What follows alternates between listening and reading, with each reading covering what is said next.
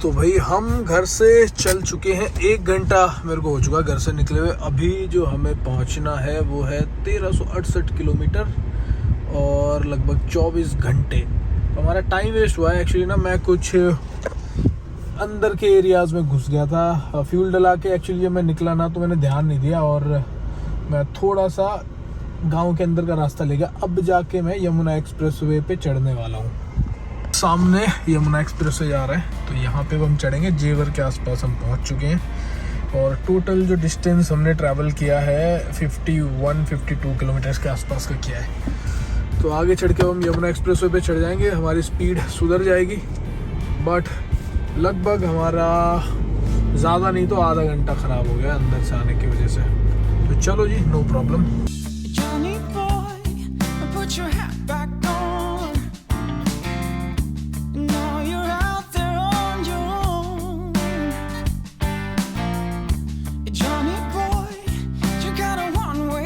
तो भाई लखनऊ बचा है यहाँ से 98 किलोमीटर्स और टाइम हो गया है इस टाइम पे 1:35।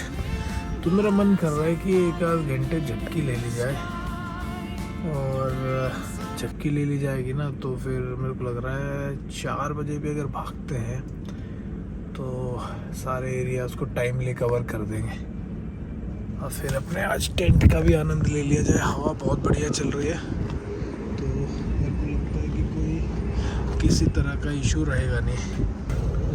ये नींद भी ना भाई बड़ी निकम्मी चीज़ है। अब पहले आ रही थी, अभी यहाँ पे सेटअप लगा लिया तो इतनी तगड़े नहीं आ रही। मैं बस 2 घंटे का स्पेल लेने के चक्कर में हूँ। तो ऐसे कुछ सिस्टम है, हवा अच्छी चल रही थी ना तो मैंने मॉस्किटो नेट लगा के दोनों तरफ अच्छी वेंटिलेशन हो रही है इस टाइम पे। यार 2 बजे से ऊपर टाइम हो गया, नींद अब आ नहीं रही। तो सुबह लगभग 1.5 घंटा लगेगा हमें। तो अगर हम मान लो 4 बजे भी चलते हैं तो भी कोई दिक्कत वाली बात नहीं है वैसे तो। पर मुद्दा ये है कि कुछ नींद तो आए, ऐसा ना हो कि 4 बजे नींद आए। मैं चाहता हूँ लखनऊ क्रॉस करना सुबह 6 बजे तक, ये है प्लान। चक्कर क्या है ना, मुझे ये भी नहीं पता कि इस जगह पे सारी रात लोग रहेंगे थोड़े मोड़े या फिर अभी सब छट जाएंगे, ये भी चक्कर है। तो ये भी थोड़ा ध्यान रखना पड़ेगा कि अगर सब गाड़ियाँ चली गई कोई भी नहीं होगा ना फिर सही नहीं है यहाँ पर। कई सारे चक्कर हो रखे हैं बट लग रहा था नींद आ रही है तो खोल लिया नेट। सीढ़ी भी नहीं लगाई मैंने, ऐसे ही चढ़ गया। तो भाई वापस पैक कर दिया है और चलते हैं। नींद नहीं आ रही, टाइम वेस्ट करके कोई फ़ायदा नहीं है। बट चलो टेंट चेक हो गया इस बहाने। अब अगर नींद आएगी तो पिछले वाले सिस्टम पे लेट जाएंगे थोड़ी देर के लिए या फिर से खोल लेंगे, क्या दिक्कत है। But let's cross Lucknow. भाई हमारा अभी बचा हुआ है 1026 किलोमीटर और लगभग 20 घंटे का रास्ता। ब्रेक भी मारेंगे, अब ब्रेक मारेंगे तो भाई टाइम लगेगा फिर वट एवर इट इज़। पर मैं चाहूँगा कि नींद ले ली जाए थोड़ी सी कहीं ना कहीं। अब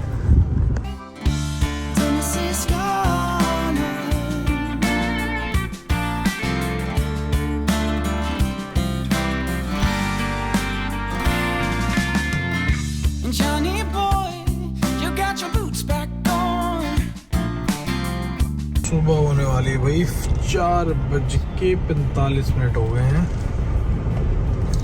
और मैं सोच रहा हूँ कि कुछ खा लिया जाए। कुछ दिखाई दिया है, मतलब एक झपकी ले ली जाए। मेरे को झपकी आ रही है यार।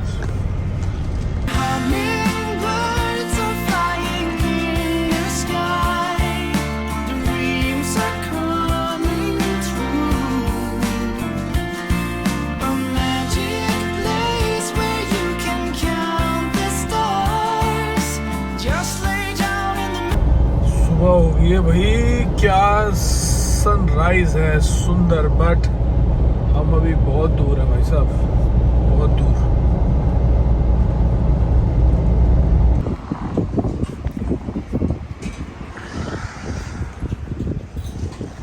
अब इस ढाबे पे लंच करने के बाद ये एक्चुअली हम पहुंच गए हैं यूपी बिहार के बॉर्डर पे, एग्जैक्टली बॉर्डर पे इस टाइम पे।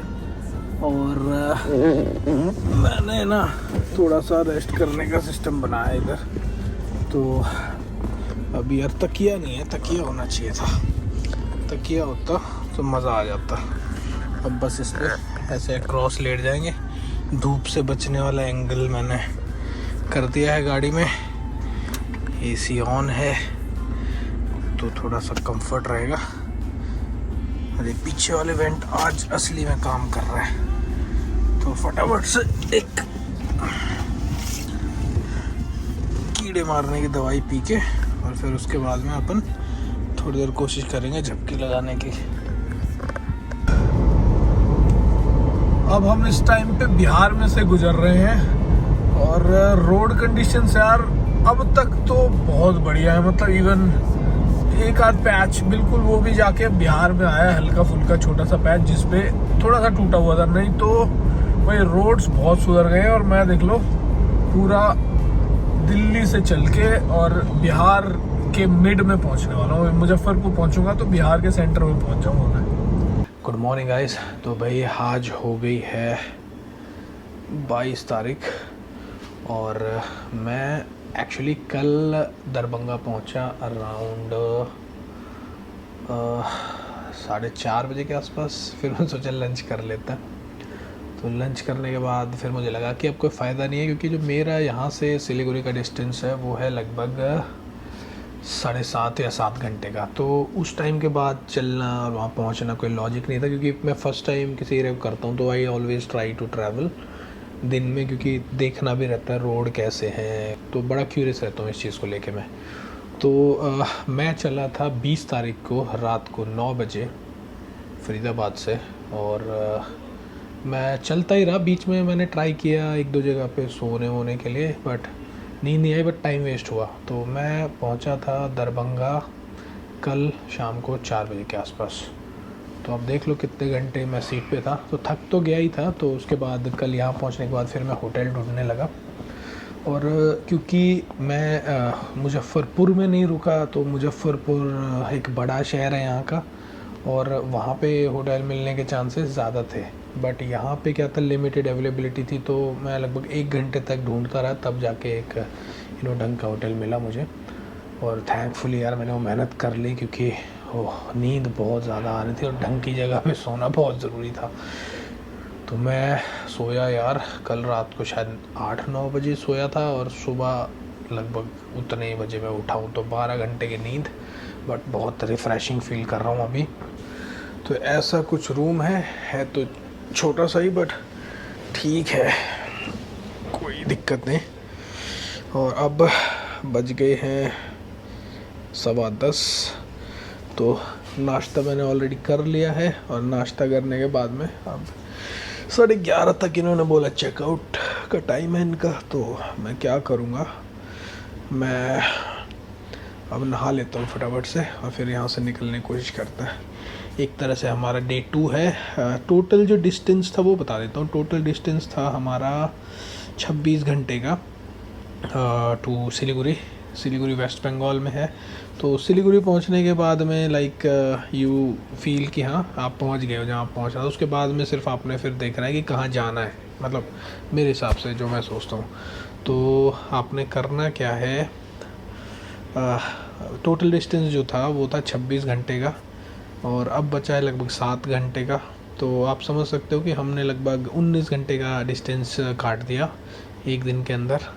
तो अच्छा ट्रैवल किया, गाड़ी कंफर्टेबल थी और खींच के लेके आए। 3 टैंक फ्यूल लगभग ख़त्म हो गया है, तो माइलेज बहुत ज़्यादा नहीं देती है गाड़ी। जबकि मैंने पूरी कोशिश की अब की बार कि मैं थोड़ा सा फ्रूगल तरीके से रन करूं। जब मैं क्रूज़ कर रहा था तो इको मोड में भी डाल के देखा कि क्या इम्पैक्ट आता है, क्योंकि मैं चाहता हूँ कि 80 लीटर का टैंक है ना, तो एक रेंज ठीक ठाक सी रेंज आनी चाहिए उससे। अब तक मुझे कोई बहुत ज़्यादा रेंज मिली नहीं है, तो मैं क्या सोच रहा था कि टैंक बड़ा होने से आपकी रेंज एक्सटेंड हो जाए, बट वो हुआ नहीं है अब तक। उतनी ही चल रही है जितनी थार चलती थी 57 लीटर के टैंक पे, इसका 80 लीटर का टैंक है। और ये होगा भी क्योंकि गाड़ी भारी बहुत है और सामान इतना लाद के चलती है ये, उसके साथ में फिर टायर शायर भी बड़े डले हुए हैं, तो इम्पेक्ट तो आता है उस चीज़ का। हाईवे टेरेन टायर्स पे इजीली 11-12 देती होगी, अपनी तो 8-9 पे अटकती है हाईवेज़ पे, और जब कुछ करने लगते हैं तो 6-7 पे आ जाती है,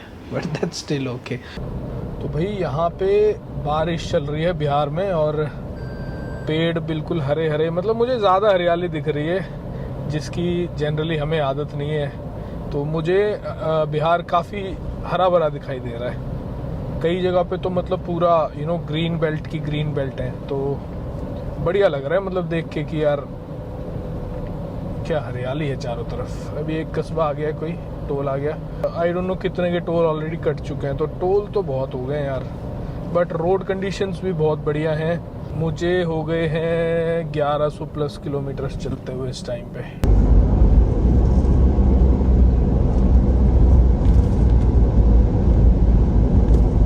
भाई अब टोटल डिस्टेंस जो बचा है सिलीगुड़ी का 119 किलोमीटर बचा है, और रास्ते आगे हैं कुछ ऐसे, मतलब ये बनता हुआ हाईवे है। हम नेशनल हाईवे 27 से 327 पे चढ़े, और 327 पे अभी काम चल रहा है। तो जो बात है वो ये है कि बनेगा तो बहुत सॉलिड जब ये बन जाएगा, बट अभी अंडर कंस्ट्रक्शन, और इसीलिए इस 119 किलोमीटर के लिए अभी 2.5 घंटे दिखा रहा है। और एक चीज़ जो अब की बार मैं देख पा रहा हूँ, जब मैं पिछली बार नेपाल गया था,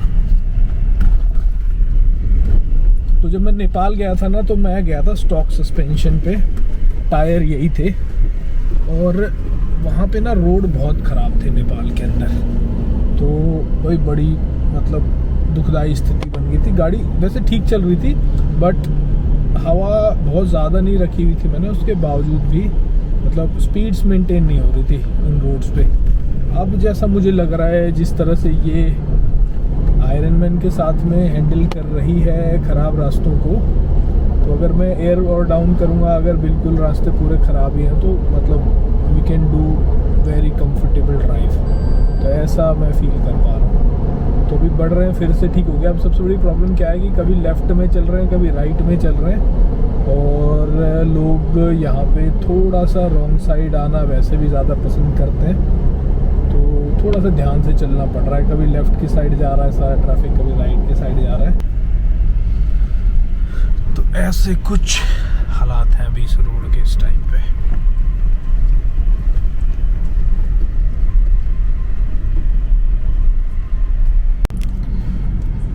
इस टाइम पे भाई हम चल रहे हैं चिकन नेक में से, मैप पे दिखाऊंगा। ये पतला सा सेक्शन है जो कि नेपाल और बांग्लादेश के बीच से निकल के हमारे नॉर्थ ईस्टर्न स्टेट से कनेक्ट करता है हम लोग को।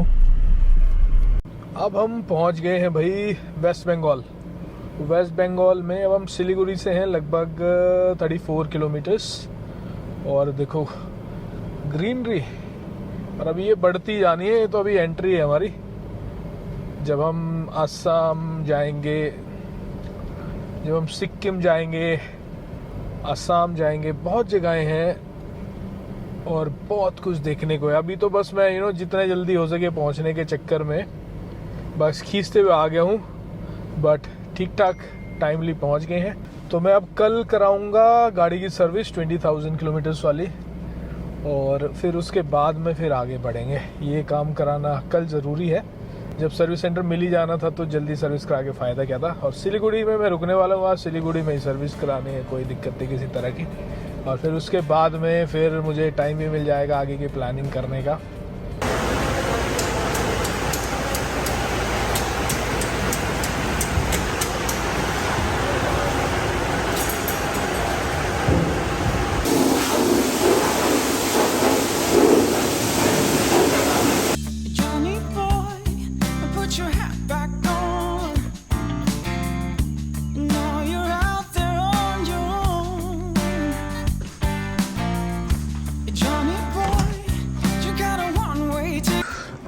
तो भाई मैं पहुंच गया हूँ सिलीगुड़ी बोल सकते हो, वैसे ये जगह बागडोगरा है।